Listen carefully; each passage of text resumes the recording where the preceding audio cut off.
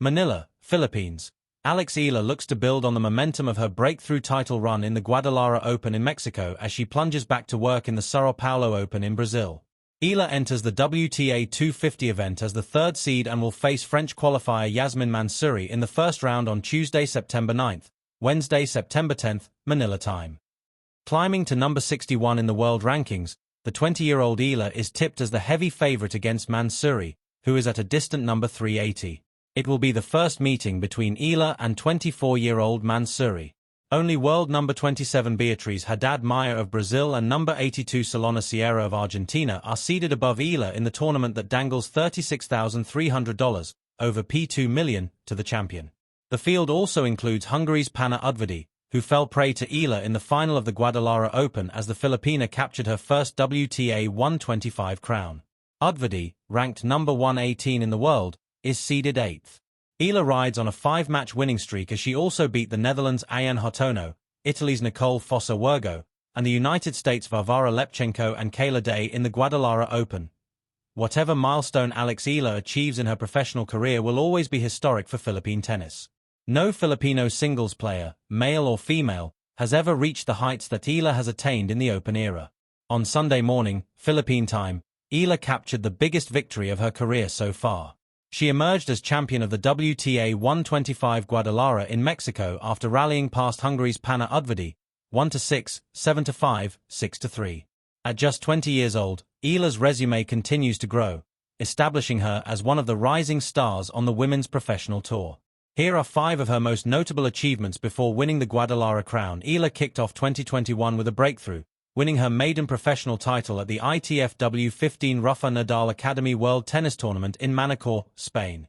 She battled through 4 matches to reach the final, where she came from a set down to outlast 28-year-old hometown favorite Yvonne Cabal-Reimers, 5-7, 6-1, 6-2. She was only 15 years old at the time, still competing primarily in the junior circuit. With the triumph, Eala became the youngest Filipina ever to win an ITF title, breaking the record previously held by former Philippine number 1 Marie Chris Fernandez-Gens, who was 17 when she captured her first of 4 ITF crowns.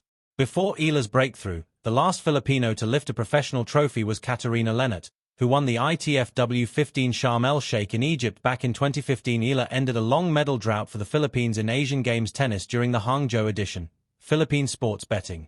The last time the Philippines earned tennis medals at the Asiad was in 2006, when Cecil Mamiat won bronze in men's singles and teamed up with Eric Tino to secure bronze in men's doubles. Philippine sports betting.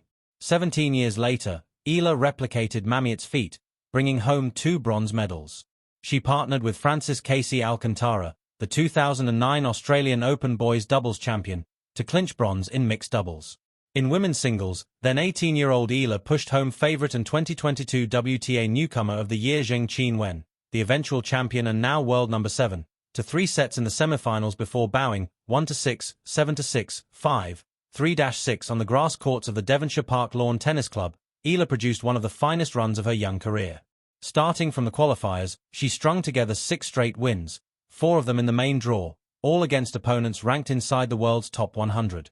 Among her victims were 2017 French Open champion Jelena Ostapenko of Latvia and 2024 Australian Open semi-finalist Diana Yastremska of Ukraine. In the final, Eala had 4 championship points in the deciding set but could not convert, allowing Australian teen sensation Maya Joint to snatch the crown. Despite the heartbreak, Eala made history as the first Filipino in the Open era to reach a WTA singles final.